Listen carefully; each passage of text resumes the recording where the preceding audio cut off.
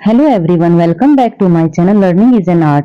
तो आज की वीडियो में हम हरियाणा इतिहास के महान राजा हर्षवर्धन के जीवन के विषय में मोस्ट इम्पोर्टेंट 20 क्वेश्चन कवर करेंगे जो HSSC के हर एग्जाम में देखे जाते हैं। एक या दो क्वेश्चन इस टॉपिक से जरूर आता है, तो आज हम इस टॉपिक को अच्छे से कर लेते हैं।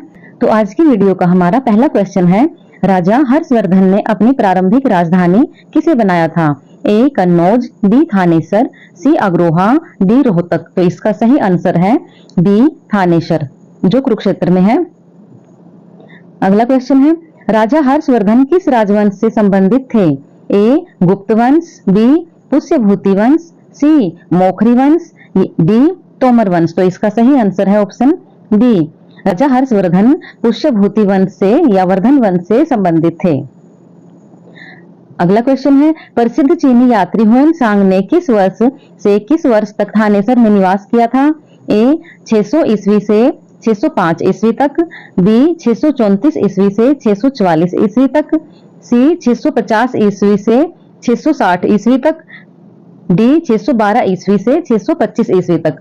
तो उसका सही आंसर है ऑप्शन बी, जो हुएन सांग चीनी यात्री राजा हर्षवर्धन के दरबार में आए थे, वो 634 से 644 तक यानी 10 वर्षों तक राजा हर्षवर्धन के दरबार में थानेसर में रहे। तो इसका सही आंसर है ऑप्शन डी। नेक्स्ट क्वेश्चन है, राजा हर्षवर्धन के दरबारी कवि बाणभट्ट द्वारा राजा हर्षचरित में हरियाणा के किस क्षेत्र का समृद्ध वर्णन मिलता है? ए श्रीकंठ जनपद, बी योधेय गणराज्य, सी कुरुक्षेत्र जनपद, डी पांचाल। तो इसका सही आंसर है ऑप्शन ए, श्रीकंठ जनपद, जिसे थानेसर भी कहा जाता है। जो अब थानेसर है, इसको पहले श्रीकंठ जनपद कहा जाता था। तो सही आंसर है ऑप्शन ए।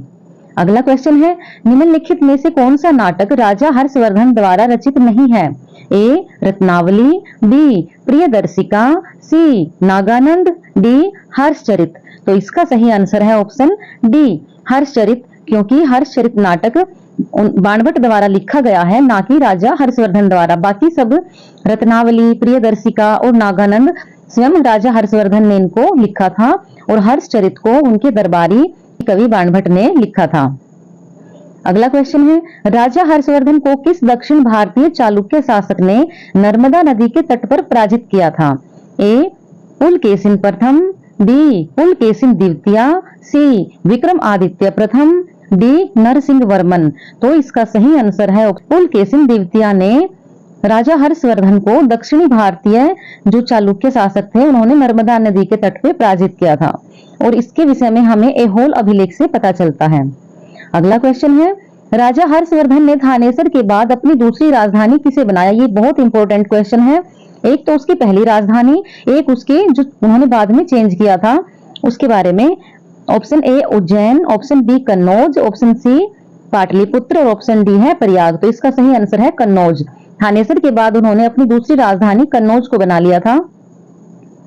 अगला क्वेश्चन है, चीनी यात्री हुएन सांग की प्रसिद्ध यात्रा पुस्तक का क्या नाम है जिसमें थानेसर का वर्णन किया गया है? ए सी यू की, ऑप्शन बी फोको की, सी इंडिका, डी किताब उल हिंद। तो इसका सही आंसर है ऑप्शन ए सी यू की। प्रसिद्ध चीनी यात्री हुएन सांग की पुस्तक का नाम सी यू की है, जिसमें उन्होंने थानेसर जगह का वर्णन किया है। राजा हर्षवर्धन का शासनकाल कब से कब तक था? ऑप्शन ए 580 से 605 ईस्वी तक, ऑप्शन बी 606 ईस्वी से 647 ईस्वी तक, ऑप्शन सी 620 ईस्वी से 660 ईस्वी तक, और डी है 650 ईस्वी से 700 ईस्वी तक। तो इसका सही आंसर है ऑप्शन बी, 606 ईस्वी से 647 ईस्वी तक उनका राज्य अभिषेक 606 ईस्वी में किया गया था, और उनकी मृत्यु 647 ईस्वी में हो गई थी। अगला क्वेश्चन है, वर्धन वंश के संदर्भ में निम्नलिखित कथनों पर विचार कीजिए। ए पुष्यभूति वंश की प्रारंभिक राजधानी स्थानेश्वर या थानेश्वर थी, बी बाणभट्ट द्वारा रचित हर्षचरित के अनुसार पुष्यभूति शिव के अनन्य भक्त थे, और थर्ड पॉइंट है, हर्षवर्धन ने अपनी राजधानी थानेसर से कन्नौज स्थानांतरित की थी। तो हमें बताना है इनमें से कौन सा कथन सत्य है। ए केवल 1 और 2, बी केवल 2 और 3, सी केवल 1 और 3, डी 1, 2 और 3 यानी तीनों ऑप्शन। तो इसका सही आंसर है ऑप्शन डी, 1, 2 और 3, यानी तीनों पॉइंट हैं जो बिल्कुल सही है, क्योंकि इनकी पहली राजधानी स्थानेश्वर थी। उसके बाद उन्होंने अपनी राजधानी को चेंज करके कन्नौज किया था, स्थानांतरित कर लिया था।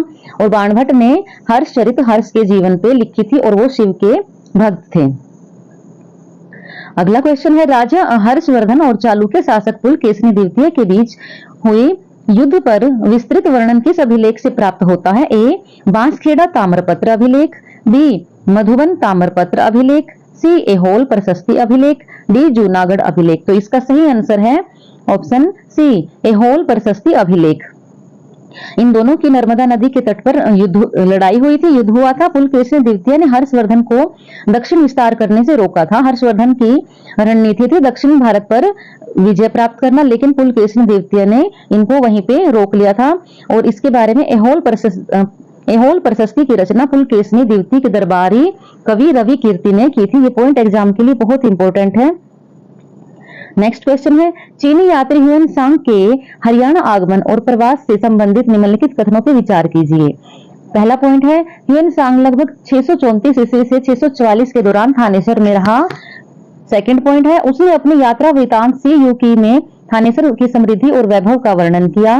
थर्ड पॉइंट है, ह्यूएन सांग ने थानेसर में गोकर्ण मठ और स्तूपों का उल्लेख किया है। इसमें बताना है कौन सा सही है। ए, केवल 1 और 2, बी, 2 और 3, सी, केवल 1 और 3, डी, 1, 2, 3 तीनों। तो इसका सही आंसर है ऑप्शन डी, 1, 2 और तीनों, क्योंकि वो 10 साल तक यहाँ पे थानेश्वर में रहे थे, 634 से 644 तक। और इनकी पुस्तक का नाम सी यूकी है, जिसमें उन्होंने थानेश्वर की बहुत ज्यादा बढ़ चढ़ के तारीफ की है और उन्होंने यहाँ के गोकर्ण मठ और स्तूपों का भी उल्लेख पुस्तक में किया है। अगला क्वेश्चन है, चीनी यात्री ह्यूएन सांग के अनुसार राजा हर्षवर्धन के शासनकाल में हरियाणा का थानेश्वर किस प्राचीन जनपद की राजधानी था? ए, कुरु जनपद, बी, श्रीकंठ जनपद, सी, पंचाल जनपद, डी, मत्स्य जनपद। तो इसका सही आंसर है ऑप्शन बी, श्रीकंठ जनपद की। बाणभट्ट द्वारा रचित हर्षचरित और चीनी यात्री ह्यूएन सांग के विवरणों के अनुसार थानेश्वर क्षेत्र को प्राचीन काल में श्रीकंठ जनपद का कहा जाता है, जिसकी राजधानी स्थानेश्वर मानी जाती है।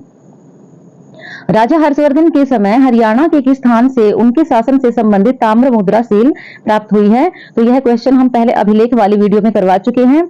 यह सोनीपत से प्राप्त हुई है।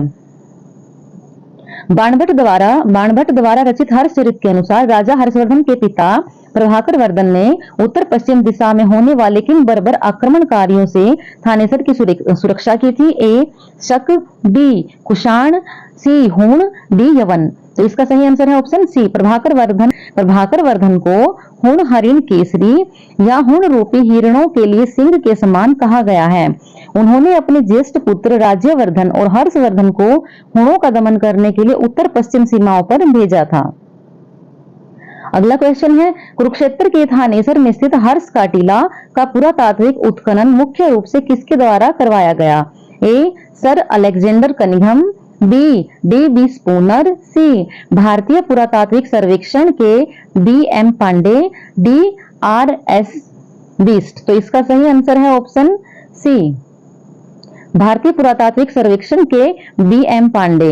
थानेसर स्थित हर्ष के टीले पर 1987 से 1990 के दौरान ASI द्वारा BM पांडे के नेतृत्व में उत्खनन किया गया, जहां से कुषाण काल से लेकर वर्धन व उत्तर मध्यकाल के पुरातात्विक अवशेष मिले। अगला क्वेश्चन है, राजा हर्षवर्धन ने अपनी प्रारंभिक राजधानी थानेसर से बदलकर कन्नौज क्यों स्थानांतरित की? अभी तक तो हमने ये देखा था कि पहली राजधानी थानेसर थी, दूसरी राजधानी कन्नौज थी।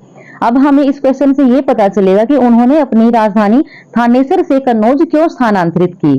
चलो देखते हैं। पहला ऑप्शन है, थानेसर पर हूणों का अधिकार हो गया था।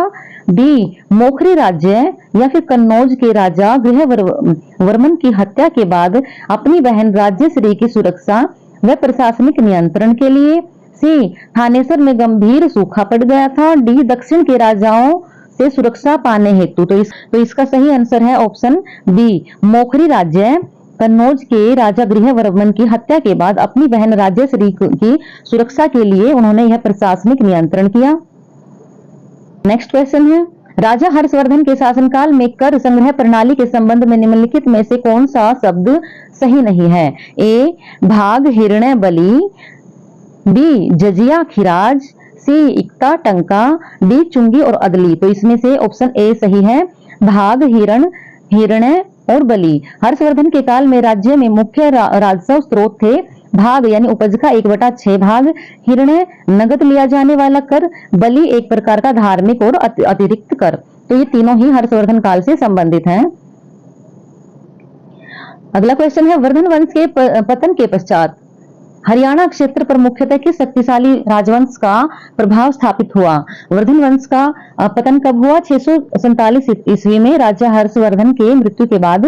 तो उसके बाद कौन सी शक्तिशाली राजवंश यहाँ पे आया? ए राष्ट्रकूट वंश, बी गुर्जर प्रतिहार वंश, सी चोल वंश, डी शुंग वंश। तो इसका सही आंसर है ऑप्शन बी गुर्जर प्रतिहार वंश। हर्षवर्धन की मृत्यु के बाद उत्तरी भारत में राजनीतिक शून्यता आई, जिसे बाद में गुर्जर प्रतिहार शासकों ने भरा। हरियाणा में पिहोवा से मिले शिलालेख प्रतिहार कालीन व्यापारिक समृद्धि के साक्ष्य देते हैं।